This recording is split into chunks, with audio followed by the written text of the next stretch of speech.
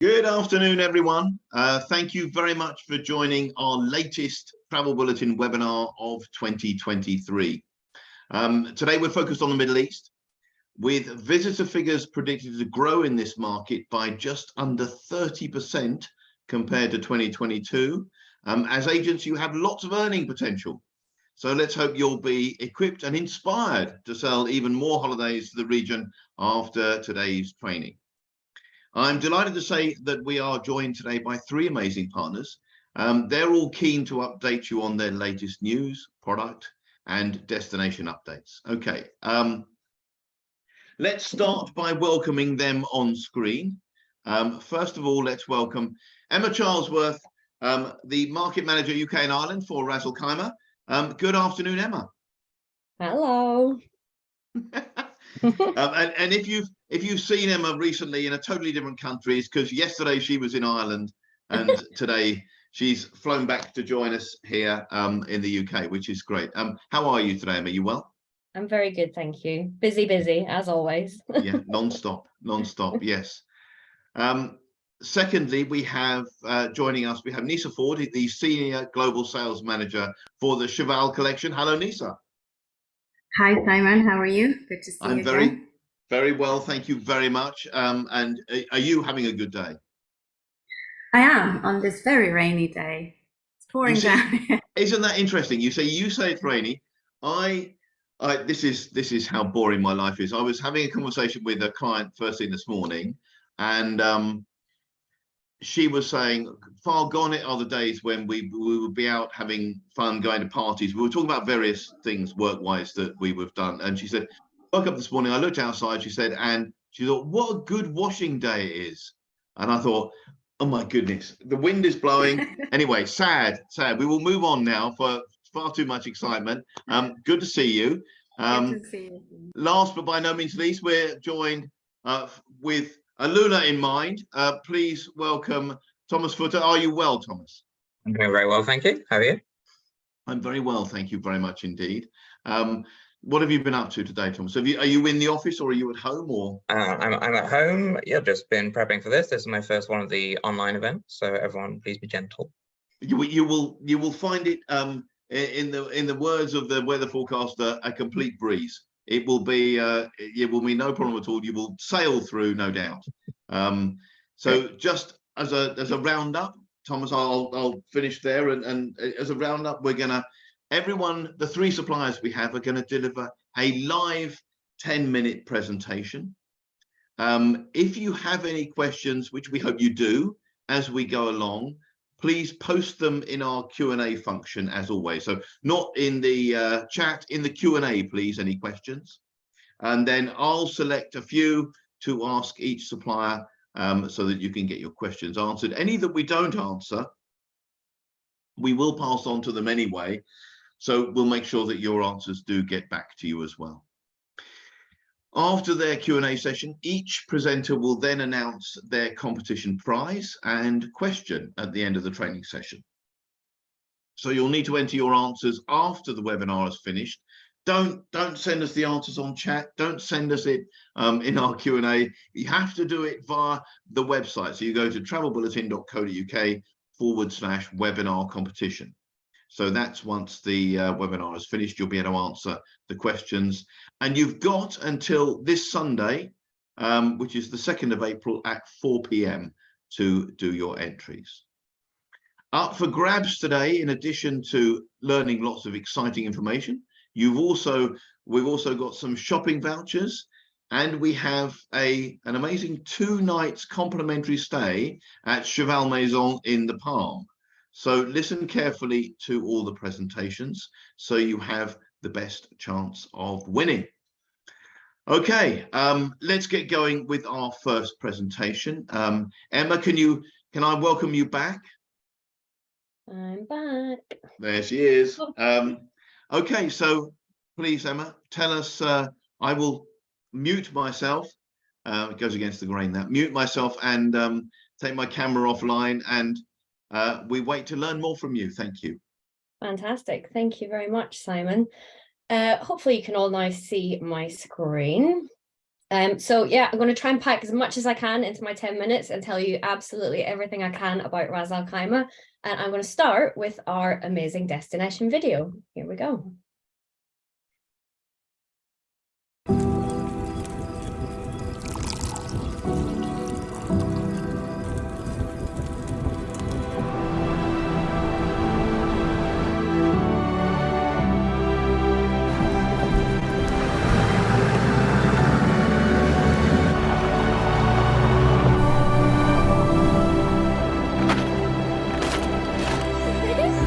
At least they were.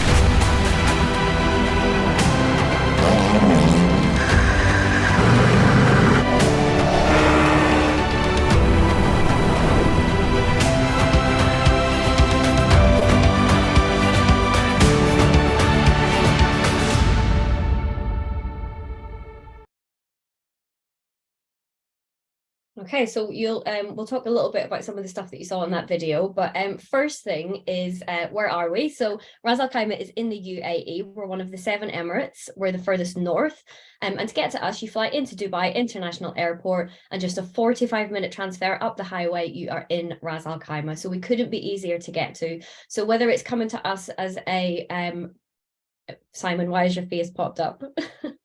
It's only because for me, it's not full screen. It's not full screen. But I don't know whether that's just me or go again, and then maybe it was just me. I do apologize, Emma, and you go back to where you were. That's okay. I shall shut up. Okay, I'm sharing again. Hopefully everybody can see it. Okay, so yeah, so whether you're coming to us just as a standalone package holiday, flying in and coming straight to us, whether you want to multi-center us with other parts of the UAE, like Dubai, like Abu Dhabi, if you've got clients in and out of Dubai on a cruise, you know, we could be a pre-post stopover. Anything that touches Dubai, we're 45 minutes away, so do consider us as an alternative destination. So I think a great way to get to know a destination is to see it from a bird's eye view from above. So I just want you to have a quick look at this map of Ras Al Khaimah. The key things I want to highlight on here are, number one, we've got 64 kilometers of what are beautiful, large, spacious, white sandy beaches. We've got a lot of space in Ras Al Khaimah. All the hotels on our beaches have got a lot of room, big, beautiful beaches, very big resort style. So 64 kilometers of beaches. Behind that, we've got lots of deserts. And then what makes us really unique in the UAE is that we have got the mountains. So right behind our city centre, gone too far. Right behind our city centre, we've got the Hajar Mountains. It's really easy to get to, just over an hour's drive from all of our main beach hotels. On the left-hand side, you can see Jebel Jais. It's the highest peak in the UAE. And we've got some really amazing attractions and activities happening up here, which I'll go into a little more detail about. This is the downtown area of Ras Al Khaimah, all built around the waterways and the mangroves, really pretty. Where you see red circles, that's where our hotels are. Where you see blue circles, that's hotels that are still to come in the next sort of 5 to 6 years. So the main hotels in the downtown area are Cove Rotana, and we've also got Hilton Ras Al Khaimah Beach down there. Moving a bit further along, we've got a beautiful area called Mina Al Arab. This is where we've got our Intercontinental Hotel. This is a really nice up and coming sort of high-end marina style part of the destination. We're going to have a lot of exciting things happening along there. And then we've got Alhambra Village. This is where you've got Waldorf Astoria, one of our big iconic properties. We've got Ritz Carlton there as well. And then the sort of hook shape on that right-hand side, that's Marjan Island. A lot of our big beach properties here, big family-friendly beach properties. Got Rixos, Doubletree Hilton, Movenpick, Hampton Hilton and Radisson. And again, quite a few more hotels to come in that area as well. So to summarise, at the minute, we've got just over 8,000 room keys in the destination. There's a little something for everybody for sure. All our hotels are very unique, but 48% of our hotels are 5-star. You can see by the pictures popping up on the screen, they are incredible 5-star hotels. But we are a growing destination. We have got a lot of exciting things still to come. Now, we are not inundating the destination with lots of building work and lots of new hotels all at once. This is a very slow process to grow tourism to the area. So some of the brands that you can see on screen are hotels that have invested and will be coming to Anantara over the next sort of 5 to 6 years. So amazing brands like, Rove Hotels, Millennium, Wynn Resorts, Nobu Hotels. And this year, at the end of 2023, we will be opening Anantara, and that's right next to the Intercontinental property. So we're very excited about that one coming. So lots to look out for coming to the destination. And then moving away from the hotels, just to talk a bit about the destination itself, what attracts people to Ras Al Khaimah, why would you come? And a lot of what brings people to us is that you actually find some real proper Arabian culture, proper UAE history, which is obviously very different to a lot of other parts of the UAE. If you've got clients that are interested in architecture, archaeology, things like that, we've got some incredible places to visit. For example, on the screen, you can see Daya Fort. It's one of the only remaining hilltop fortifications in all of the UAE.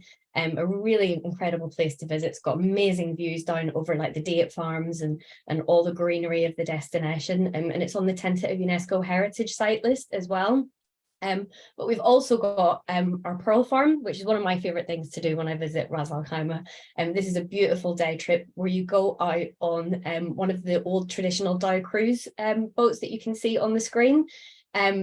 You go out onto like the mangroves and you're like immediately in nature. You've got wild flamingos, wild camels that walk along the beaches. You can see sea turtles. So it's a really incredible nature boat ride, but then they bring you to the Pearl Farm. Now, pearl farming dates back to like the 12th century, very specifically to Ras Al Khaimah. At one time, some of the best pearls in the world were coming out of our destination, and they teach you all about the history, how the pearls are made. You see them extract them from the oyster, and they've got a jeweler's on site as well, where you can get some unique locally made jewelry, which is really, really fantastic. So a great experience.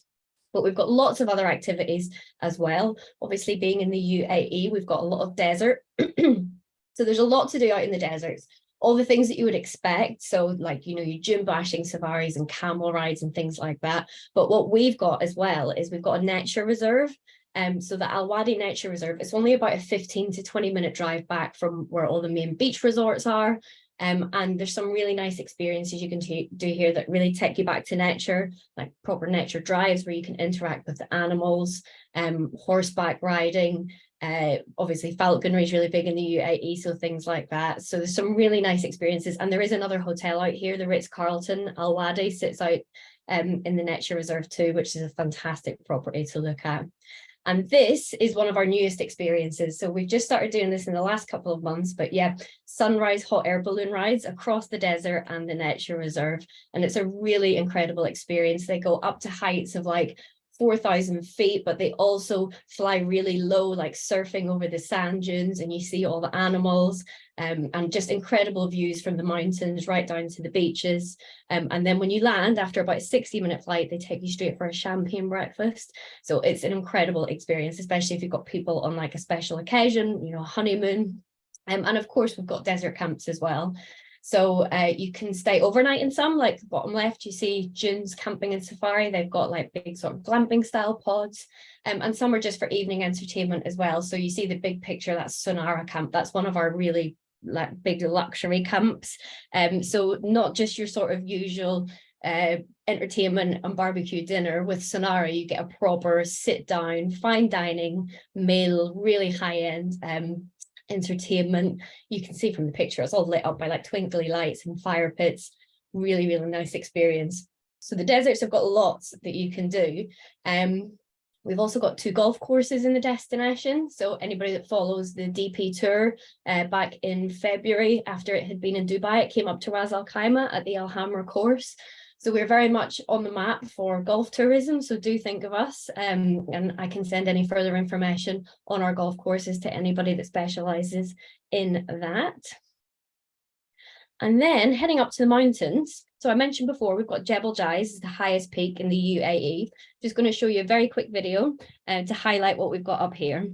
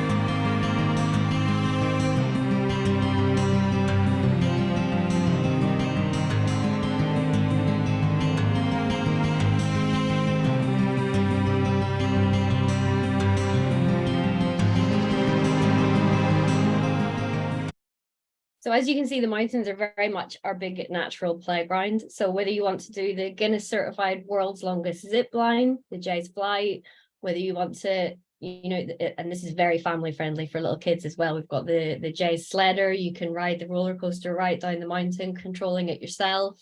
And if you don't want to do any of the crazy activities we've got up here, you can just come up, enjoy the views at the UAE's highest restaurant, 1484 by Puro, sit on their outdoor terrace and just take in the breathtaking views with a nice cocktail and have some nice lunch. And then very quickly, just back down to the city centre, you can see on the screen, it's a beautiful city centre. We've got a lot of greenery in Ras Al Khaimah, a lot of waterways. It's a beautiful place. People expect there to be good shopping in the UAE, and we do have that. We've got fantastic shopping malls, but we also have all the traditional markets that you would expect from a UAE city, like your spice markets, your fish markets, things like that as well. There is absolutely lots to do. Very quickly, I do want to mention sustainability. I have mentioned before that we are a growing destination. There's a lot coming, a lot happening. We're not perfect, but we're trying very, very hard to go in the right direction with sustainability. It's something that's so important to us. We've partnered with a company called EarthCheck, and we've developed our own initiative, which we've called Responsible Rack. And basically, we're just making sure that with all these new projects and everything we're doing to bring more tourism into the area, that we're doing it the right way from the start. So whether it's for the, you know, the local people, the nature, the culture, the land, whatever we need to do to tick the right boxes, we are working our absolute hardest to do it. And our goal is that by 2025, we will be the regional leader in sustainability in the Middle East. So it's something we're very, very proud of. And then finally, guys, this one's for you. Our way of thanking you for sending all your amazing clients out to us. This is our Ras Al Khaimah rewards program.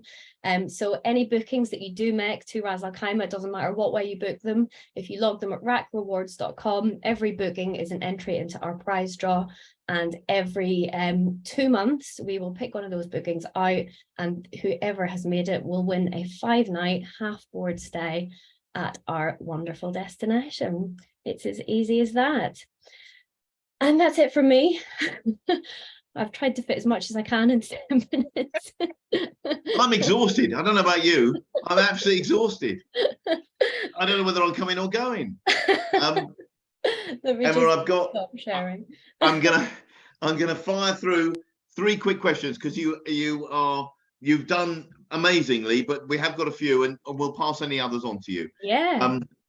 Philip Burlock asks, in terms of older clients coming and traveling up to Cheval Collection and what you have on offer in the mountains, is there a degree of age, stroke difficulty, stroke mobility that they should be aware of? No. Genuinely no. So I was out a couple of weeks ago, and I was very, very fortunate that we got to do the hot air balloon experience that I showed in the presentation. And the pilot was telling us that literally a few days before, he had a couple celebrating their 60th wedding anniversary, and they got in that hot air balloon and they did the whole experience. And they had said that the day before they'd been up at Cheval Collection. I don't think they did the zip line, but they no, look, it's they can do anything. Everything is possible. Okay, I'm going to fit in two more quick ones. If you hold on a second, that was one I wanted to ask. I'll do that later. That doesn't matter. Michael Atkinson asked three things. If you can answer in all in one, if you can do it in one. Okay. Should you take dirhams? I rarely do. If you're planning on taking taxis, yes. If you're not planning on taking taxis, you don't need it.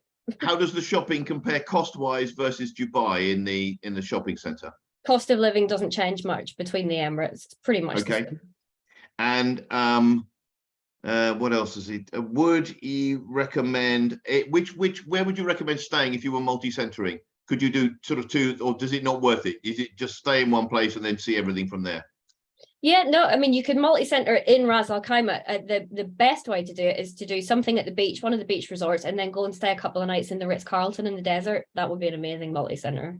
Okay, you're done. Emma, thank you so much. That was fantastic.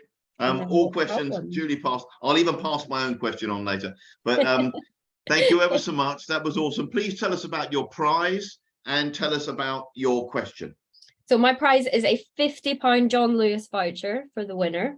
And my question is, can you name the UAE's highest restaurant that is on Cheval Collection?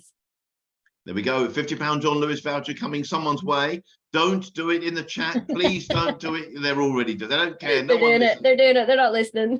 No one listens to anything I say. Go on to the website after the webinar, and you can enter via travelbulletin.co.uk/webinar competition. Thank you again, Emma. We will see you again at the end. Thank you so much. Okay, that's awesome. Right now, it's time to welcome back our second presenter. We have Nisa Ford representing the Cheval Collection. Nisa, right. How are you? Are you all right? Very well, yes. I will try not to interrupt anyone else again. You are sharing. You go for it. I will see you in 10. Yep. Bear with me. Sorry, I'm just. Oh.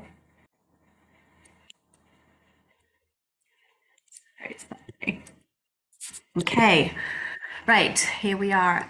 Hello, everyone, and a very warm welcome to Cheval Collection.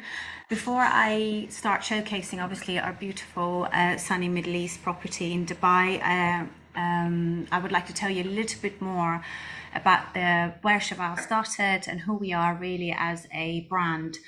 We're an award-winning hospitality group offering luxury spacious apartments, muse houses or penthouses in one of our luxury residences or maison, with the benefit of a fully equipped kitchen and dedicated living spaces. As each residence is intended to obviously be unique, the brand consists of a diversity of styles from the traditional to the modern, but yet all united by the consistent set of service and brand standards. The residence product is differentiated from its sister brand with the inclusion of larger 3 to 4 bed units that are suitable for more kind of like multiple occupancies and multi-generational families.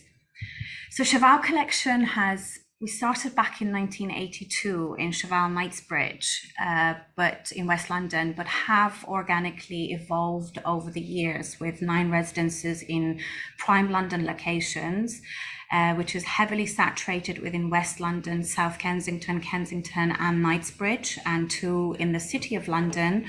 And in 2020, literally as the pandemic hit, we added 3 locations in Edinburgh, They're based, they're situated on Royal Mile, which is the main strip of Edinburgh, and also next to the Holyrood Palace and St Andrews Square. So that's a little bit more in terms of like who we are.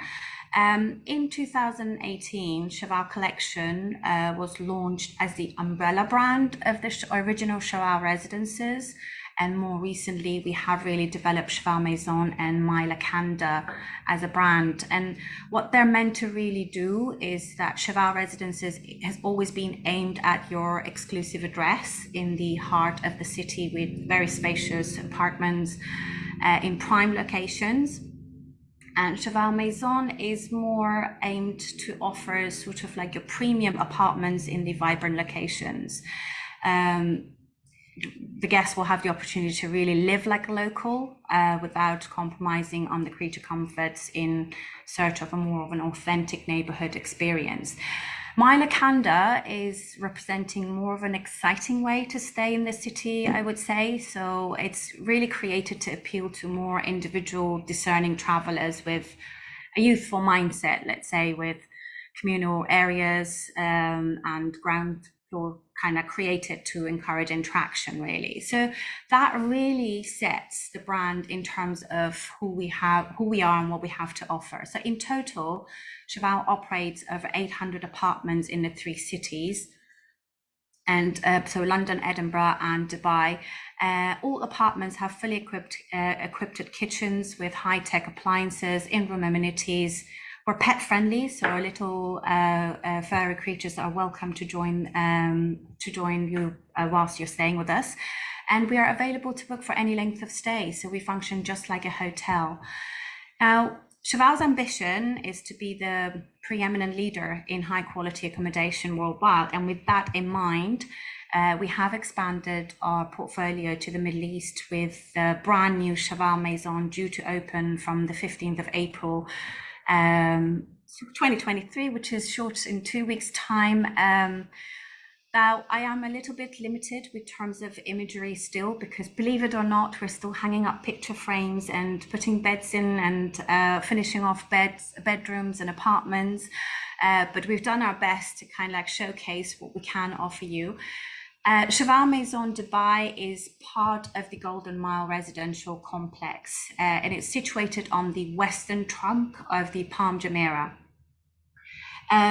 with such an easy access to the nearby Al Ittihad Park and also the Nakheel Mall, which is, I mean, we've counted, it's about 29 steps away from the residence. So as you come into the actual residence, around the back there is a door that connects it into the into the Nakheel Mall.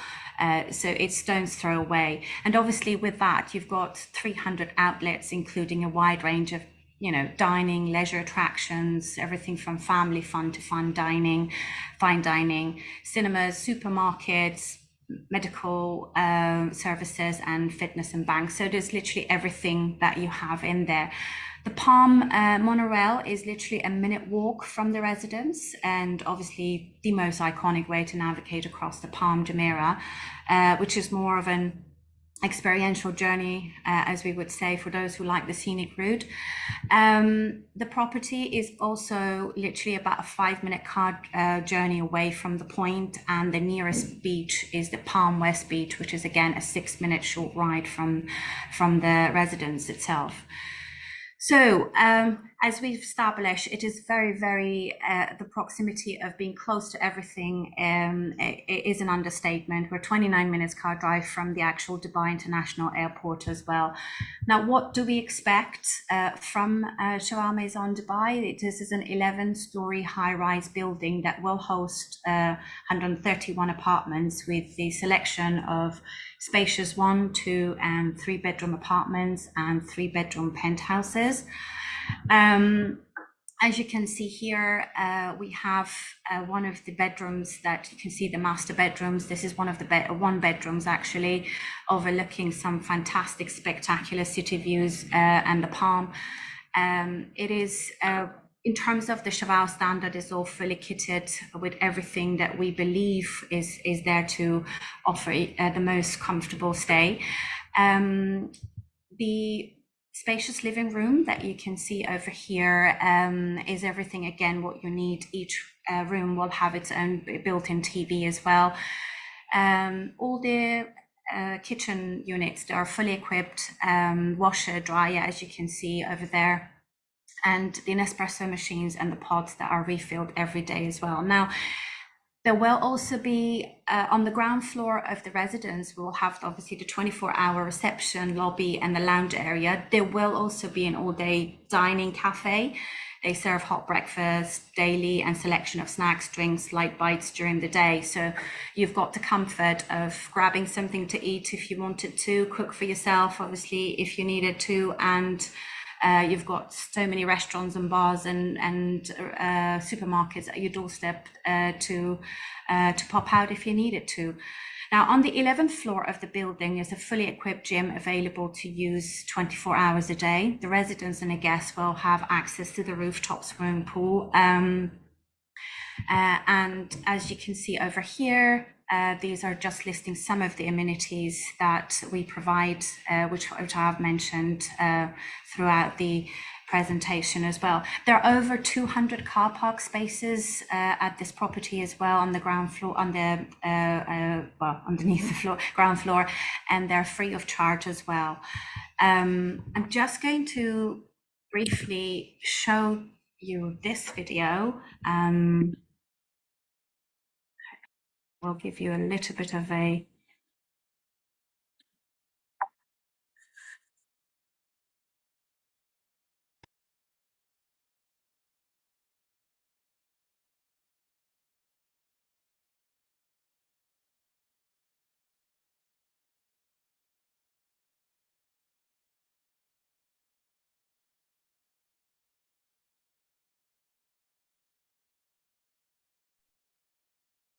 I've got no sound if there is supposed to be sound.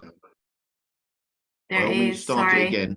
Start it again by all means, and Does it have a sound now? No? no. Oh, it's a little bit. Sorry.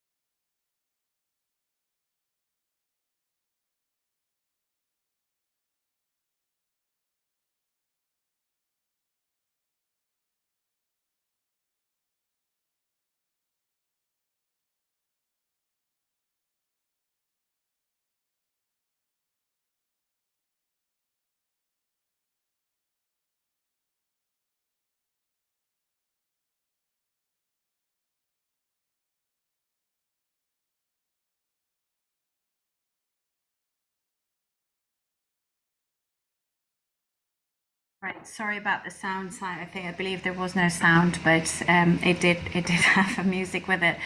So yeah, in terms of obviously staying in touch with us, we don't really actually exist on a third-party website, but you're more than welcome to get in touch with us directly, whether with myself or the reservation team. We operate from 8 a.m. till 8 p.m. within the reservation team.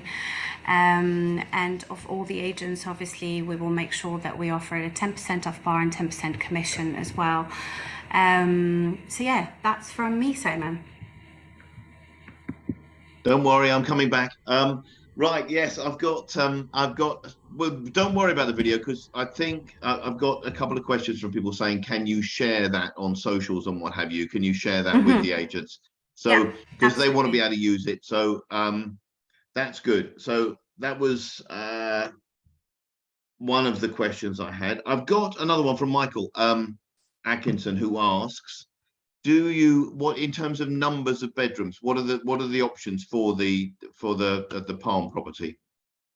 So we've got 131 bedrooms in total, and they split between, so there's 101 bedrooms, Simon, two bedrooms, 20 of them, and 3 bedrooms, 10 of them, and a 3-bedroom penthouse, which actually has already been rented out for the year, so that's available again next year. Wow, that's already gone. Yeah, it's already gone. So it doesn't open. It doesn't. Well, like, where am I going to stay now? So you don't open until the 15th, and it's already sold. It's already sold, yes, for a Okay, year. well that's amazing. Okay, but it has. I mean, it's one of the most. If you look at from the top, you have got some spectacular views over over the Palm and the Atlantis, which is literally on the left hand side. So it is pretty special. Absolutely. Philip Burlock asks as well, is there anything, I know this is, it may differ between properties in terms of what you have in London, Edinburgh, and now obviously on the Palm as well. Do you have anything that is there that would equate to sort of maid or butler type sort of service or whatever? No is the answer, is the straightforward answer, and the reason for that is that we are, at the end of the day, we are service departments providers. We're meant to really kind of like offer that luxury home during your stay away. Some of the Edinburgh properties, 2 of them, they will have restaurants, F&B on site. All of them that have 24-hour concierge, so you will have access to concierge 24 hours, but not butler service as such. No. But we have room services, we have everything else, we have just per se butler now. That's fantastic. Thank you ever so much. There's all sorts of questions which we will pass on. As you could imagine, about the possibility of agents, rates, etc., as you knew there would be. But they will pass on those, we'll pass on those anyway, and you can reply to those separately. The point here is, agents, that Nisa and all the team at Cheval will and want to deal with you.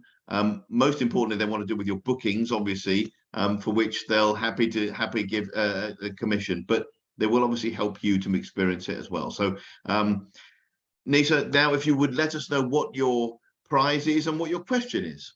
Yeah, sure. So throughout the representation, I would have mentioned to you about the actually the room types and the categories that we have. So this is just basically how many room types do we have here at Cheval Maison the Palm. Yeah, just how many categories. Okay, so the prize is a 2-night complimentary stay at the Cheval Maison the Palm, Dubai. Yes, which is fantastic. And the question is, how many room types do Cheval have at the Cheval Maison the Palm? Yeah.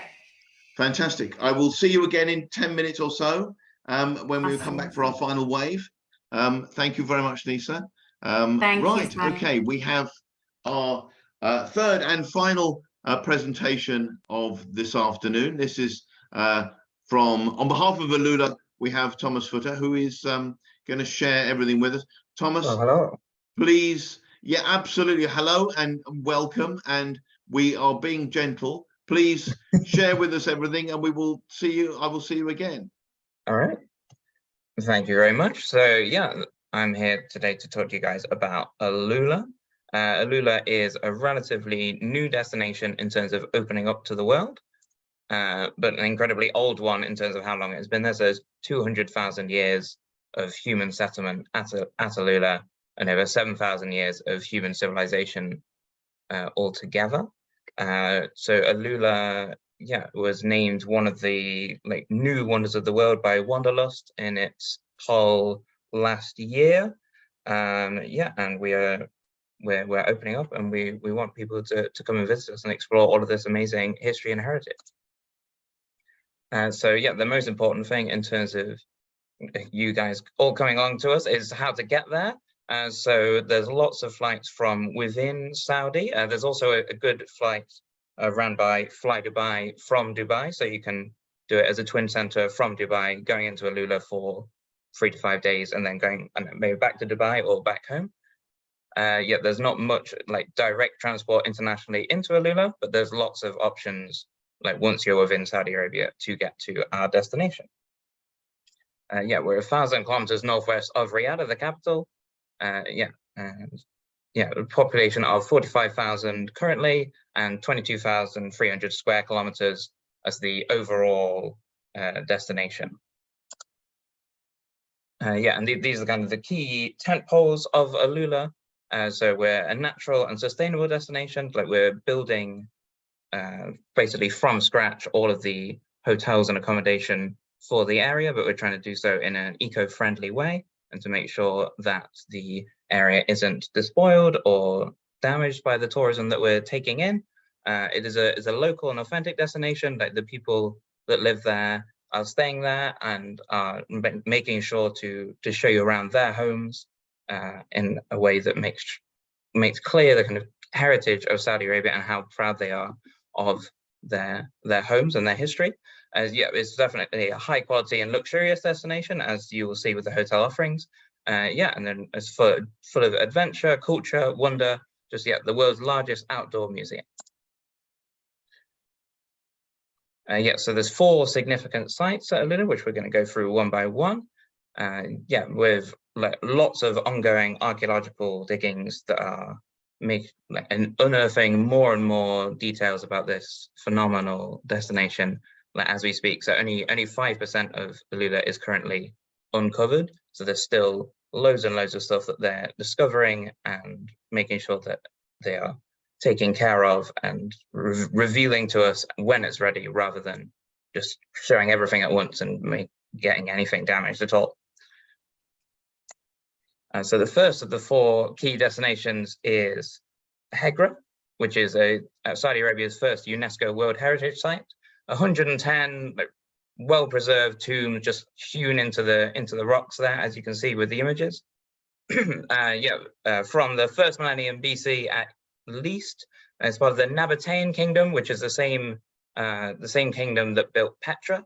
So it's a very, very similar to Petra, but rather than full of tourists as Petra currently is, this is still very new and much more restricted and much more restricted tourists in, and much more free to go around and see everything at a nice slow pace, rather than being kind of funneled through like you currently are in Petra. The city was at its peak, the late 2nd century BC to the 2nd century AD. So it's a very multicultural society. There's Greek and Roman influence. There's the Nabatean influence. There's the history from all parts of the world intersecting in this trading destination, because it was on the Incense Road. The largest tomb is 72 feet tall. And it's just a phenomenal, spectacular way to explore this early history of the world. And then the next one that we have here is Dadan. Again, the distinctive red stone. We've got the lion tombs here, which is one of AlUla's most famous sites. We've got both to take advantage of the oasis in the near the AlUla site. This one's a slightly younger, if you can call it that. Only 9th century BC instead of 7,000 years ago. And archaeological digs are revealing more and more of this site as we go. So I'm sure that if I come back next year, there'll be much more to tell you on that one. And yeah, Jebel Ikmar is the next one, although it doesn't appear to want to continue. There we go. Yeah, which is kind of like the Rosetta Stone, but much bigger and actually on the rocks, on the walls of the city. Thousands of inscriptions all around in 5 different languages that you can see on the screen there. So yeah, it's just been an absolutely vital resource in translating these ancient languages from Aramaic, which we know more about. Yeah, and so it's almost like Twitter, but just the very early version of Twitter, where you had to actually carve it into the rock yourself and then wait for someone else to come in and carve in their response. And lastly, the 4 big heritage sites, we've got the AlUla Old Town, which is the relatively young and sprightly 12th century AD, which was inhabited until very recently, until the 1980s. So it's kind of traditional mud and stone buildings. So there's lots of markets, shops, cafes, loads of authentic local traditions, and like people to see and crafts to buy and explore. With people, it was inhabited. It's not currently, but they're working on making it safe for people to move back in full time. There's also work on some hotels that will be in there, so you can kind of stay the night in an authentic Arabian destination. And you've got the AlUla Castle overlooking the old city as well. Yeah, and then what sets us apart really is the massive geography and geology. So we've got the Elephant Rock, which is red sandstone, like just shaped by erosion into the elephant thing that's on the right of the images. So it stands over 3 stories high. So you can go out and explore that by helicopter. We've got hot air balloons as well, or you can just kind of walk around it and get the bottom up view. And we've got the stargazing conditions, obviously phenomenal out in the desert with very little settlements around. So you can see stars that you've forgotten. And Garamil is the pillars in the center there. So that was the remains of an old mountain, which now just kind of stand there epically against the landscape. And we've got the nature reserve, like lots of hiking, biking options. Like there's also a scheme that is ongoing to reintroduce the Arabian leopard into that nature reserve. They're not currently out and about, but they're very much on the way back. There's a very cute pack of young cubs that are currently being reared in the reserve area, but kind of not let out actually into the wildlife yet. Yeah, and we've got all sorts of activities. We've got a zip line as well, not quite as long as the Guinness World Record one, but still a very long zip line to explore all of the lovely landscapes. We've got horse, camel, cycling trails, zip lines, climbing opportunities, abseiling opportunities. Just to explore the landscape and geography from every possible angle. And we also have the much more modern Moriah, which is the largest mirrored building in the world. So it's designed to blend into the surrounding landscape by just reflecting the beautiful scenery of the Ashal Valley back at you, so that you're looking at a very modern building with all the mod cons, and like a restaurant, good concert venues. So there's Alicia Keys was recently performing there amongst others, Lionel Richie.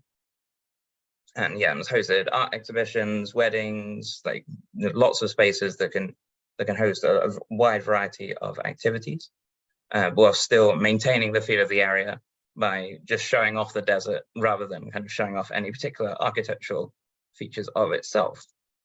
So hotel-wise, we've got 580 room keys this year. There's a very good long-term tourism plan in place to raise that to 5,000 room keys by 2030. So everything is currently being built to achieve that goal. So we're very keen to just get the news about AlUla out there so that we can fill all those rooms once everything is built. So currently we've got the luxury 5-star accommodation. We've got a banyan tree, which is an all-villa resort, beautiful spa, beautiful pool, like yoga sessions and restaurant and in-villa dining on offer. With every room having desert and mountain views over the Ashal Valley. So it's near to the Moriah Concert Center. We also have the Habitas AlUla, which is also all villa, with every villa with an outdoor lounge deck and access to the Tama restaurant, which means here and now in Aramaic. So that's global and Middle Eastern cuisine on offer. Habitas also has the caravan options that you can see there. So you've got access to the facilities of the main resort by taking the caravan options. but you're a little further out. So a little closer to the desert, like slightly more authentic outdoor feeling that way. And the Shaden resort is closer to the AlUla Old Town. And there's blocks and villas in the Shaden resort. And yeah, and Cloud 7 and Sahari are kind of the good, solid, cheaper options for people. Yeah, because the main thing obviously is going around the actual geography and history of the site. So it's a perfectly serviceable and good 3-star accommodation on offer too. Yeah, and we've got lots of restaurants. AlUla. Every time we go back, there's like 5 new restaurants, like for local produce, with international produce. It's really making a name for itself as the next big foodie destination. So the picture there is within Mariah, so it's on the rooftop there, and still with the mirrors, so that you can have the modern restaurant dining experience, but still see out onto the beautiful valleys of the desert. Great, yeah, and this is a kind of very detailed, but I'm not going to read all of this, don't you worry. 5-day itinerary. So yeah, you do Hegra and AlUla Old Town on the first day, and Dadan and Jabal Ikma on the second. Go out and explore Elephant Rock and the adventure offerings on day 3 and day 4, and then yeah, depart AlUla early on day 5. Yeah, so that is us. I think a particular note here is the training website, which is on the bottom there, alulaspecialist.com. We've got 2 courses, the basic one and the advanced training course. If you do the basic one this year, there'll be lots of prizes on offer over the next year. So please do sign up to that as well. And that is AlUla. Okay, don't worry, I haven't forgotten you, Thomas. I've got I've got some questions for you. This is, I've got straight away. Yep. Philip Burlock has asked, he visited about 20 years ago, Medan Salah. Is this the sort of, is AlUla that area renamed, do you know? I'm not familiar with that name, so I couldn't tell you. I don't think so. I think this has always been AlUla, and so it is a different. Okay. So they are 2 different areas. Fantastic. Okay. Tina Hopkins asks, it was bound to happen. No, that's not what she asked. She asked, is AlUla dry? Yes, so it's in Saudi Arabia. So yeah, it is a dry destination. No alcohol available. Okay, no, that's good. I've also got how long? I know that you put up a slide there that says sort of 4 days, 5 nights, something like that, or whatever it was. Is that what you would recommend? And would you recommend, are there other things that you could add to AlUla if someone wanted to sort of do it in a car and do sort of destinations within Arabia? You can definitely do it as part of a wider Saudi tour. You could go from Riyadh and then down maybe to like some of the kind of Red Sea beach resorts further down west would possibly be the kind of driving option. We would recommend, like, because you have to fly into it and relatively isolated, probably spending at least 3 days there, but you could probably do everything in a packed 3 or a kind of less packed 5 are the kind of 2 main lengths. And from what you're saying, food is going to be a big thing. Yes, food a big part of it, culture a big part of it, the history of thousands of years, the main part of it. No, absolutely. It's got a lot. It's got a lot to tell people about. Right, thank you very much for that, Thomas. Could you tell us a little bit about your prize and then your question? So the prize is a £50 Marks and Spencer's voucher. And before I say the question, I want to say, if I see anyone post the answer to it in the chat early, you won't win. And the question is, please can you name the 2 AlUla luxury 5-star hotels? Okay, so we have a £50 M&S voucher, and that was your question. Remember, go to travelbulletin.co.uk/webinar competition by this Sunday, this coming Sunday at 4 p.m. to enter your to fill in the competition questions and answers and what have you. Okay, that was fantastic. Thank you, Thomas. Thank you, everyone. We've come towards the end of this Travel Bulletin webcast. As always, if you need a recap on any of the training, you'll be able to watch the recorded version from tomorrow morning on our website, also on Facebook and via YouTube as well. From our point of view, I want to thank Emma, Nisa and Thomas for their updates and brilliant training. We've had a real treat today. I'm sure all of our viewers are keen to leave this webinar and start promoting the Middle East to their customers as soon as they can. Thank you, everyone. If you could all now, as in Thomas, Emma and Nisa, all please briefly rejoin me to give everyone a big wave goodbye. Is that all right? Bye, everyone. Thank you very much for joining us, everyone. Really, really great. Awesome. And everyone have a fantastic afternoon. Thank you. Goodbye.